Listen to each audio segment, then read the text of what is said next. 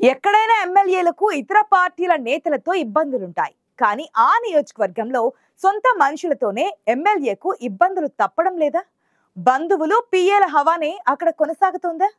ఏ పని కావాలన్నా shadow MLA చుట్టూ తిరగాల్సిందేనా?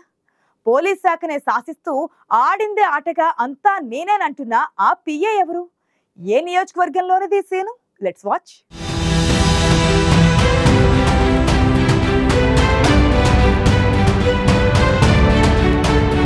ఉమ్మడి మహబూబ్నగర్ జిల్లా నారాయణపేట నియోజకవర్గం రాజకీయంగా మొదటి నుంచి ప్రత్యేకమే. అక్కడ రాజకీయాలు ఎప్పుడూ హాట్ గా నడుస్తూ ఉంటాయి. పవర్లో ఎవరున్నా ప్రతిపక్షాలు నిలదీస్తూ ఉంటాయి.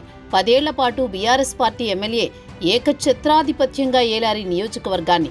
2023 అసెంబ్లీ ఎన్నికల్లో కాంగ్రెస్ పార్టీకి చెందిన డాక్టర్ పర్ణికారెడ్డి తొలిసారి ఎమ్మెల్యేగా గెలిచి అందరి అంచనాలను తారుమారు చేశారు. ఎమ్మెల్యేగా ఉన్న వైద్య వృత్తిలో కొనసాగుతున్నారు పర్ణికారెడ్డి.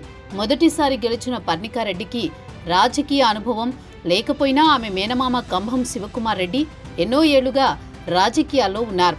పర్ణికారెడ్డి మక్తల్ మాజీ ఎమ్మెల్యే చిట్టెం నర్సిరెడ్డి మనవరాలు కావడం, నారాయణపేట జిల్లాలో చిట్టెం కుటుంబానికి ప్రజలతో ఉన్న అనుబంధంతో ఆమెను గెలిపించుకున్నారు నారాయణపేట ప్రజలు.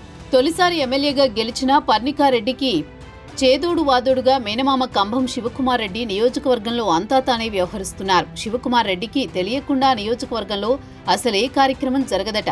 ప్రభుత్వ కార్యక్రమాలకు కూడా శివకుమార్ రెడ్డి హాజరు కావాల్సిందేనట. అంతగా శివకుమార్ రెడ్డి తనదైన ముద్ర వేసుకుంటూ మేనకోడల్ని ముందుకు నడిపిస్తున్నారు. రాజకీయాలకు కొత్తైనా నియోజకవర్గ ప్రజలతో మమేకమై అభివృద్ధి కార్యక్రమాలను ముందుకు తీసుకువెళుతున్నారు డాక్టర్ పర్ణికారెడ్డి. దీంతో పాటు నియోజకవర్గ అభివృద్ధి నిధుల కోసం నేరుగా సీఎం దగ్గరికే వెళుతూ నిధులు తెస్తున్నారు. దీంతో యువ ఎమ్మెల్యే పర్ణికారెడ్డికి రాష్ట్ర స్థాయిలో కూడా మంచి గుర్తింపు లభించింది.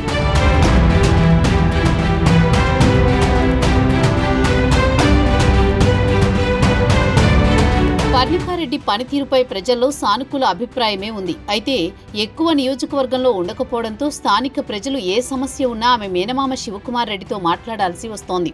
దీంతో పాటు పర్ణికారెడ్డి లేని సమయంలో అధికార యంత్రాంగం కూడా శివకుమార్ రెడ్డిని ఆశ్రయించాల్సిన పరిస్థితి ఏర్పడిందట. ఇదే అదనుగా కొన్ని అక్రమాలకు తెరలేస్తోంది. ముఖ్యంగా నారాయణపేట నియోజకవర్గంలో ఇసుక దందా యథేచ్ఛగా సాగుతోంది.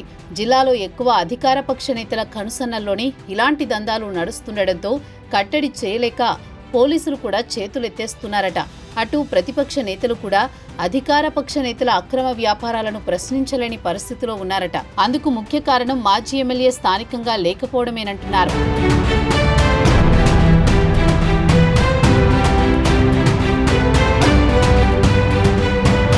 చాలా నియోజకవర్గాల్లో బంధువులు పిఏలు షాడో ఎమ్మెల్యేలుగా చక్రం తిప్పుతున్నారు. ముఖ్యంగా నారాయణపేట జిల్లాలో ఎమ్మెల్యే పర్ణికారెడ్డి పిఏగా పనిచేస్తున్న మాధవరెడ్డి షాడో ఎమ్మెల్యేగా వ్యవహరిస్తున్నారట. ఆయన చెప్పిందే వేదం, చేసిందే శాసనంలా నారాయణపేట పరిస్థితి ఉందట. కమిషన్ ఇవ్వందే ఏ పని కాదంటూ సొంత పార్టీ నాయకులే ఆ పిఏపై కారాలు మిరియాలు రువ్వుతున్నారట. పోలీస్ ఇతర శాఖల అధికారులను ఆ పిఏ తన గుప్పెట్లో పెట్టుకున్నారన్న ప్రచారం బలంగా ఉంది. ఎమ్మెల్యే పర్ణికారెడ్డి నియోజకవర్గంలో పర్యటించినంతసేపు వినయ విధేయ రామాలా ఉంటూ ఏ అధికారి ఎమ్మెల్యే దాకా వెళ్లకుండా జాగ్రత్త పడుతున్నారట ఆ పిఏ.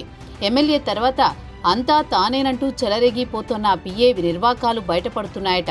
ఓ వ్యాపారిని 20 లక్షల కోసం బెదిరించి అనుచరులతో అతన్ని కిడ్నాప్ చేసేదాకా వెళ్లడం హాట్ టాపిక్గా మారింది.